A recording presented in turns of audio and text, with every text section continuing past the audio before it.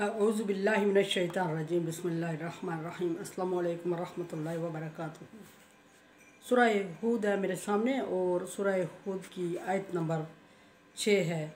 पारा नंबर 12 है। आज पारा नंबर 11 कल हमने ख़त्म किया। अल्लाह तबारक व तआला का लाख लाख शुक्र है कि उसने हमें तौफीक दी और अल्लाह तबारक व तआला से दुआ है कि अल्लाह तबारक व तआला उस तरह काम करने की तौफीक दे जिस तरह वो चाहता है।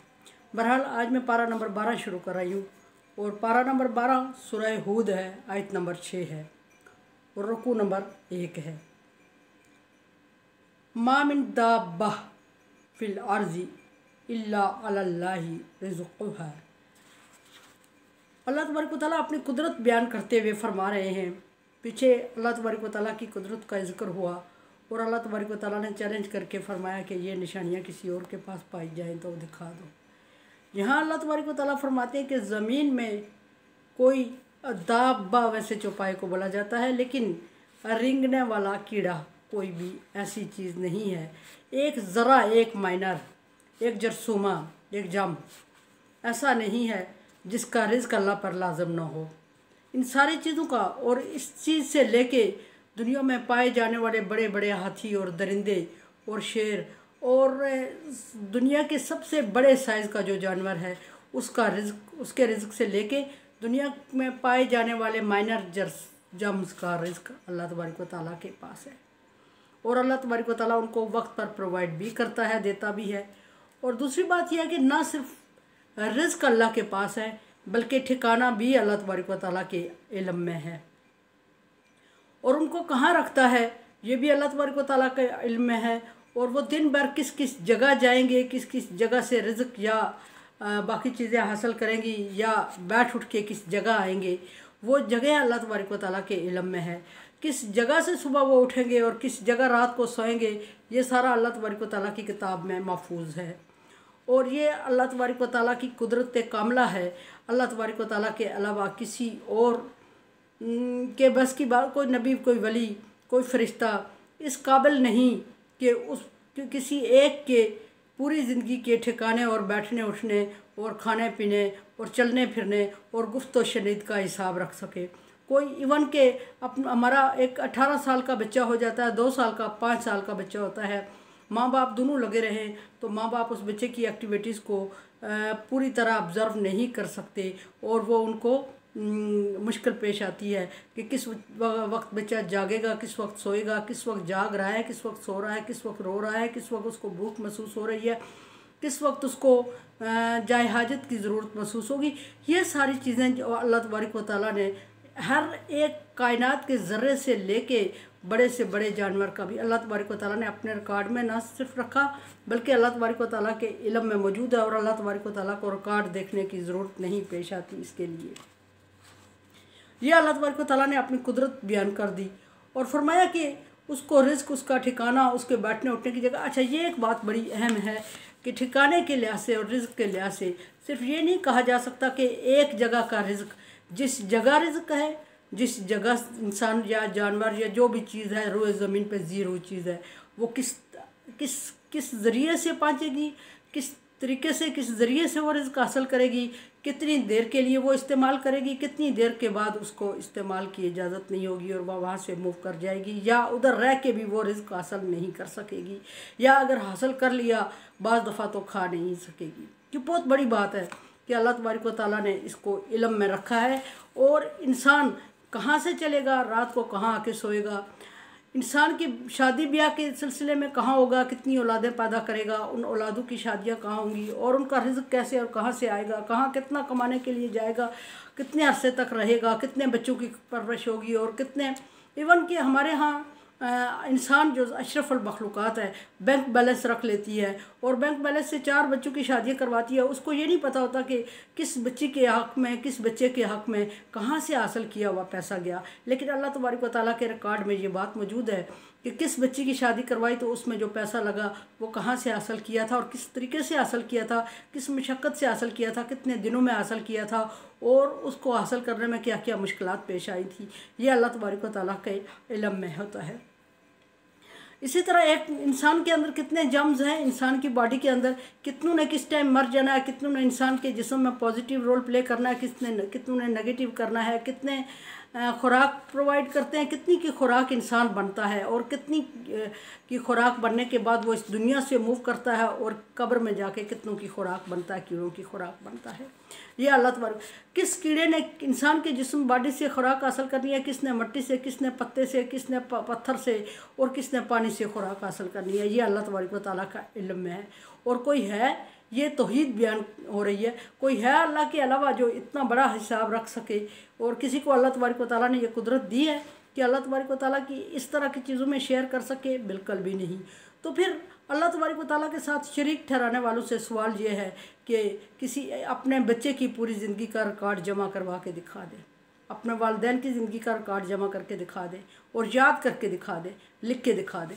ऐसा मुमकिन ही नहीं होगा उनके लिए। अल्लाह फरमाता है कि मैं उसके ठिकाने को और इसके रिज़्क़ को और आर्जी ठिकाने को और परमानेंट ठिकाने को जानता हूँ। कितनी जगह वो नेकियां करेगा, कितनी जगह वो बुराइयां करेगा, ये इंसान की बात हो रही है। और कितनी नेकियां उसकी बुराइयों में बदल जाएंगी, कितनी बुराइयां नेकियों में बदल जाएंगी, कितनी नेकियां होंगी जो कि कोई दूसरे अमल से वो मिट जाएंगी और बुराइयों में तब्दील हो जाएंगी, कितनी बुराइयां होंगी जो किसी नेक अमल से मिट जाएंगी।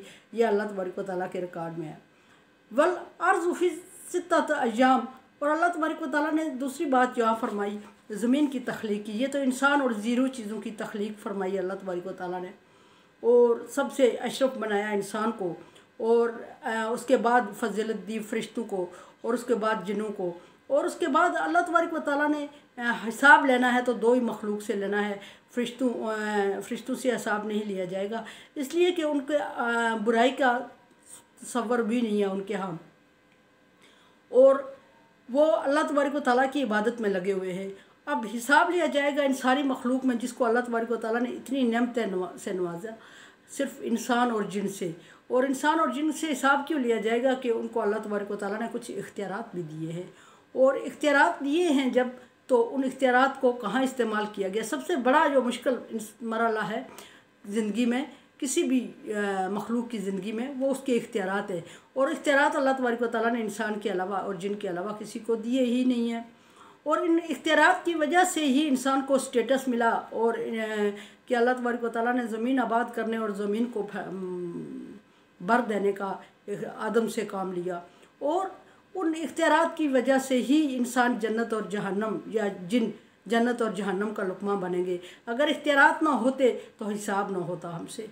ये सारे इख्तियारात की बदौलत हम, और सबसे अशरफ बनाया इंसान को, ज़्यादा हिसाब लिया जाएगा इंसान से। और अल्लाह तबारक व तआला ने दो ठिकाने आखिरत में इंसान के लिए बना दिए, जन्नत और जहन्नम।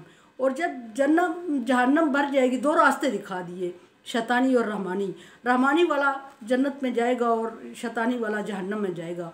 और अल्लाह तबारक व तआला का फरमान है, हदीस कुदसी है, कि अल्लाह तबारक व तआला इंसानों से जहन्नम को जब भर देंगे तो अल्लाह तबारक व तआला उस पर फरिश्तों के ज़रिए पाँव रख के दबाएगा फरिश्ता, और इंसान एक दूसरे के अंदर मच हो जाएंगे, एक दूसरे में मिक्स हो जाएंगे, इतनी उनकी हड्डियाँ शड्डियाँ टूट के रेज़ा रेज़ा होके वो जहन्नम। और अल्लाह तबारक व तआला उसके फरमाएगा, हल फी मज़ीद, क्या आप में और गुंजाइश है जहन्नम? तो जहन्नम कहेगा नहीं।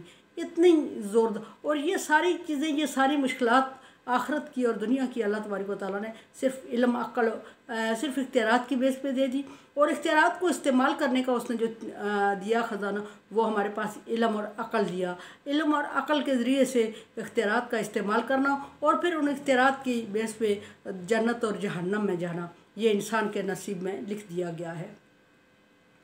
फिर फरमाया कि ज़मीन को 6 दिनों में तख्लीक किया। अल्लाह तबारक व तआला फरमा रहे हैं, वकाना अर्शुहु अलल मा, और ज़मीन और आसमान की तख्लीक से पहले अल्लाह तबारक व तआला था। एक हदीस में आता है, मुस्लिम बुखारी दोनों की हदीस में है, कि ज़मीन और आसमान की तख्लीक से पहले अल्लाह तबारक व तआला था, और अल्लाह तबारक व तआला का अर्श पानी पर था, और पानी पर अल्लाह तबारक व तआला ने इंसान के अच्छाई या बुराई के अमाल का हिसाब, और उसकी ज़िंदगी मौत का हिसाब, और उसके रिज़्क़ और अमाल, जो भी दुनिया की चीज़ें इंसान और ज़ीरो चीज़ को पेश आती है, वहाँ उसका रिकॉर्ड लिखा जाता था।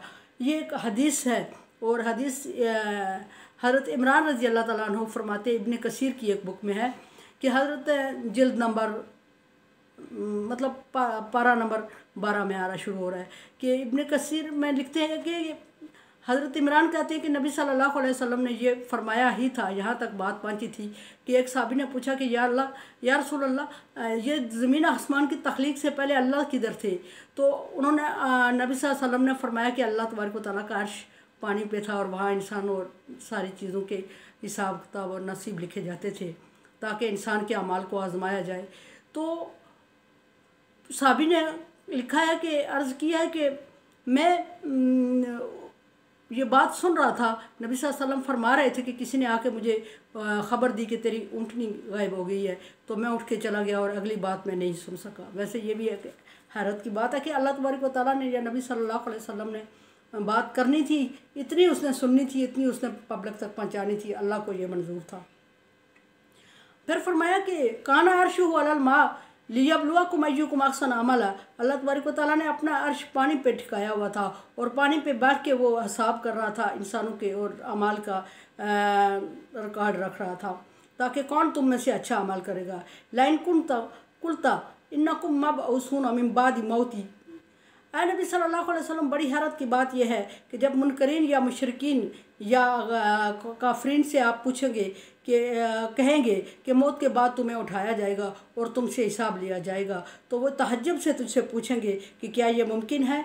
और जब आप सल्लल्लाहु अलैहि वसल्लम उनको मुमकिन ला यक़ूलन्ना अल्लज़ीना कफ़रू इन हाज़ा इल्ला सिहरुन मुबीन, और जब आप सल्लल्लाहु अलैहि वसल्लम उनसे कहेंगे ये मुमकिन है और जब वो आपसे तवील बहस करेंगे तो फिर जवाब उनका आखिर में ये होगा कि ये तो एक जादू है और ये जादू की बातें कर रहा है। यानी कि कहने का मतलब ये है कि अल्लाह तबारक व तआला ने अपनी कुदरत बयान की, फिर इंसान की औकात बयान की कि मेरी कुदरत यह है कि मैं एक जम से, एक जरासीम से लेके ज़मीन में पाए जाने वाले सबसे बड़ी मछली जो कि समंदर में पाई जाती है और सबसे बड़े जानवर का पेट भरने की ज़िम्मेदारी है और उसके ठिकाने और उसके सांसों तक का हिसाब मेरे पास है, मैंने रखा हुआ है, मेरे पास रिकॉर्ड मौजूद है।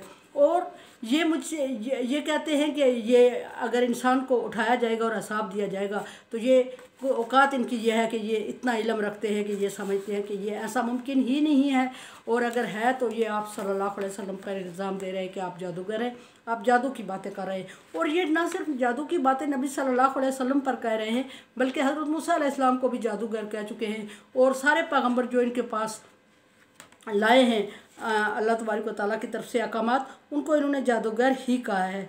और अल्लाह तबारक व तआला ने ये अपना एक हिसाब इनके सामने रखते हुए फरमाया कि मैं इतनी तक की कार्रवाई एक एक एक माइनर, बहुत माइनर ज़र्रे की पूरी ज़िंदगी की रिपोर्ट और पूरी ज़िंदगी की कार्रवाई भी मेरे सामने लिखी हुई मौजूद है।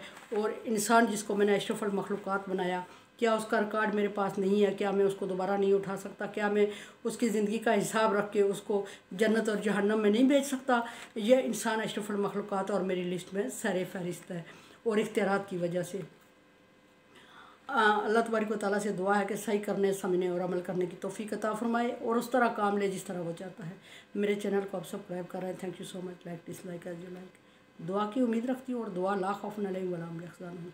कोरोना वायरस से बचने के लिए एहतियाती तदाबीर करें, वैक्सीनेशन करवा दें और दुआएं ज़रूरी है। सबसे बड़ी वैक्सीनेशन दुआ है। अल्लाह हाफ़िज़।